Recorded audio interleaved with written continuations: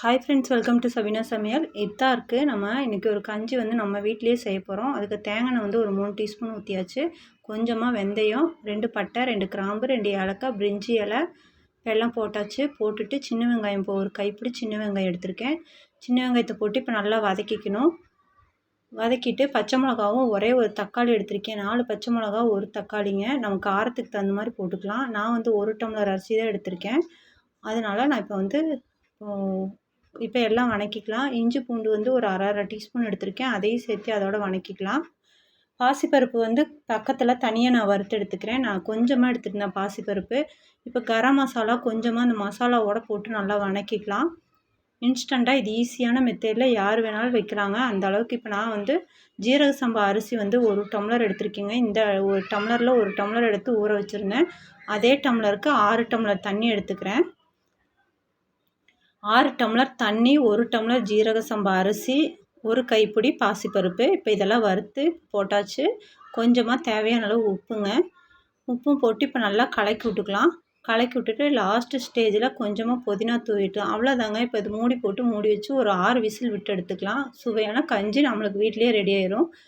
அதுக்கு சைடிஷாக ஒரு பக்கோடா தான் செய்ய போகிறோம். அதுக்கு வெங்காயம் வெட்டி போட்டாச்சு. கருவேப்பிலை, கொஞ்சமாக கடல மாவு, அரிசி மாவு, கொஞ்சமாக ஜீரகம், தேவையான அளவு மிளகாத்தூள், தேவையான அளவு உப்பு. அவ்வளோதாங்க. இப்போ போட்டு இதை நல்லா பிரட்டி வச்சுக்கலாம். கஞ்சிக்கு பக்கோடா, வடை தான் ரொம்ப சூப்பராக இருக்குங்க. அதனால் நான் பக்கோடா இன்றைக்கி செஞ்சுருக்கேன். இப்போ நம்ம கஞ்சி சூப்பராக ரெடி ஆகிடுச்சு. பக்கோடாவுக்கு நம்ம ரெடி பண்ணி வச்சுருக்கேங்க. இப்போ நம்ம பாருங்கள், சுவையான கஞ்சி நம்ம வீட்லேயே அழகாக செஞ்சுக்கலாங்க. நிமிஷத்தில் செஞ்சிடலாம்.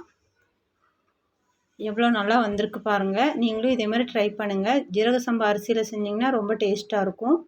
அதுக்கு பக்கோடாவுக்கு நான் ரெடி பண்ணியிருக்கேன். கொஞ்சம் பொறுத்து நம்ம இதை போட்டு எடுத்துக்கலாம். இப்போ அகரகரில் மில்க் புட்டிங் தான் இப்போ செய்ய போகிறேன். இப்போ அதுக்கு நான் ஒரு 1/4 லிட்டர் பால் எடுத்திருக்கேன். கொஞ்சமாக அதில் தண்ணி சேர்த்திட்டேன். இப்போ பாலை நல்லா காய வச்சுக்கலாம். இந்த பக்கம் அகரகரை ஒரு பாத்திரத்தில் மாற்றிக்கலாம். போட்டுட்டு அது முழுகிற அளவுக்கு மட்டும் தண்ணி வச்சு இப்போ ஸ்டவ்வில் வச்சுக்கலாம். தனித்தனியாக வச்சுக்கலாங்க ரெண்டும். இப்போ பாத்திரத்தில் பால் தனியாக, அகரகர் தனியாக வச்சுட்டு இப்போ அகரகரில் இப்போ நான் ஒரு 1.5 டீஸ்பூன் சர்க்கரை போட்டிருக்கேன். அதே மாதிரி பால் இங்கே நல்லா பொங்கி வந்துருச்சுங்க. இப்போ லோ ஃப்ளேமில் வச்சுக்கலாம். லோ ஃப்ளேமில் வச்சுட்டு கொஞ்சம் பால் ஆறுனதும் அதில் 2 டீஸ்பூன் நம்ம சர்க்கரை நம்மளுக்கு எவ்வளோ தேவையோ அதுக்கு தகுந்த மாதிரி போட்டுக்கலாங்க. நிறையாவும் போட வேண்டாம், அளவாக போட்டுக்கலாம். இப்போ சர்க்கரையும் போட்டாச்சு. போட்டுட்டு இப்போ நல்லா கலந்து விட்டுக்கலாம். கலந்துவிட்டு இப்போ கொஞ்சம் லோ ஃப்ளேமில் வச்சுக்கிட்டு இப்போ நம்ம ஏலக்காய் தூள் 1 டீஸ்பூன் போல் போட்டிருக்கேங்க. இப்போ நோன்பு காலத்தில் இந்த மாதிரி புட்டிங் நம்ம வச்சு சாப்பிட்டோம்னா வகுறு புண்ணெல்லாம் ஆகாதுங்க. அதனால தான் இது குளிர்ச்சி உடம்புக்கு ரொம்ப. இப்போ நம்ம பாலும் ஊற்றியாச்சு. இப்போ அகரகர் நம்ம இப்போ கரைச்சி வச்சது கரெக்டாக ஊற்றியாச்சுங்க. ஊற்றிட்டு மேலே கொஞ்சமாக சப்ஜா விதை போட்டுக்கலாம். இது நல்லா கொஞ்சம் சூடு ஆறுனதும் நம்ம ஃப்ரீசரில் வச்சு எடுத்துக்கலாம். 1 நிமிஷம் மட்டும். இந்த பக்கம் நம்ம பக்கோடாவும் ரெடி ஆகிட்டுருக்குங்க. பக்கோடாவை பொரித்து எடுத்துக்கலாம். கஞ்சிக்கு சைடிஷாக பக்கோடா ரெடி ஆயிடுச்சு.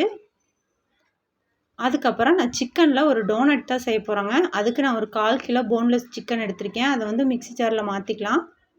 மாற்றிட்டு நான் வேக வச்ச உருளைக்கிழங்கு ஒரே ஒரு கிழங்கு மட்டும் நம்ம போட்டுக்கலாங்க. கொஞ்சமாக மல்லி இலை, கொஞ்சம் சில்லி ஃப்ளேக்ஸ் போட்டுக்கலாம். அப்புறம் கரம் மசாலா கொஞ்சமாக தேவையான அளவு உப்பு. இதையெல்லாம் இப்போ நைஸாக அரைச்சி எடுத்துக்கலாம். இஞ்சி பூண்டு பேஸ்ட்டு நான் மறந்துட்டேன், அதை இப்போ நான் சேர்த்துக்கிறேன். இப்போ நைஸாக அரைச்சி எடுத்ததில் கார்ன்ஃப்ளவர் மாவு ஒரு 3 டீஸ்பூன் போல் போட்டு இப்போ நல்லா இந்த அளவுக்கு பண்ணியாச்சு. ஒரு முட்டையில் அதில் நம்ம முட்டையில் சேர்த்துறதுக்கு வேண்டி நம்ம தனியாக டீப் பண்ணி எடுக்கிறதுக்கு முட்டையும் பிரெட் கிராம்ஸு தனியாக எடுத்து வச்சுருக்கோம். இப்போ இதே மாதிரி டோனட்க்கு இப்போ நம்ம நல்லா ரவுண்டாக போட்டுக்கலாம். போட்டுட்டு அதில் டீப் பண்ணி நம்ம ஆயிலில் போட்டு எடுத்துக்கலாங்க. ஆயில் கொஞ்சம் மீடியம் ஃப்ளேமில் இருக்கட்டும். ஹையில் வச்சோம்னா உடனே கரிஞ்சிரும், ஆனால் வராது. இப்போ அவ்வளோதாங்க. இப்போ எல்லாமே நம்மளுக்கு சூப்பராக ரெடி ஆயிடுச்சு பாருங்கள். இப்போ நம்ம சிக்கன் டோனட் ரெடி ஆயிடுச்சு. புட்டிங் நம்மளுக்கு மில்க் புட்டிங் ரெடி ஆயிடுச்சு. திராட்சை வச்சுருக்கோம், நேந்திரப்பழம், அப்புறம் ரோஸ் மில்க் கேக் வச்சுருக்கோம், ஐஸ்கிரீம், அப்புறம் நன்னாரி சர்பத், இதில் ஐஸ் வாட்ரு. அவ்வளோதாங்க. இப்போ நம்மளுக்கு இஃப்தார் நோன்பு திறக்கறதுக்கு நம்ம தேவையானது எல்லாமே நம்ம செஞ்சுட்டோங்க. வாங்க ஃப்ரெண்ட்ஸ், எல்லாம் நோன்பு திறக்கலாம். நீங்களும் இதே மாதிரி ட்ரை பண்ணி பார்த்துட்டு எனக்கு வீடியோ எப்படி இருந்துச்சுன்னு நீங்கள் சொல்லுங்கள். அவ்வளோதான் இந்த வீடியோ. பாய்.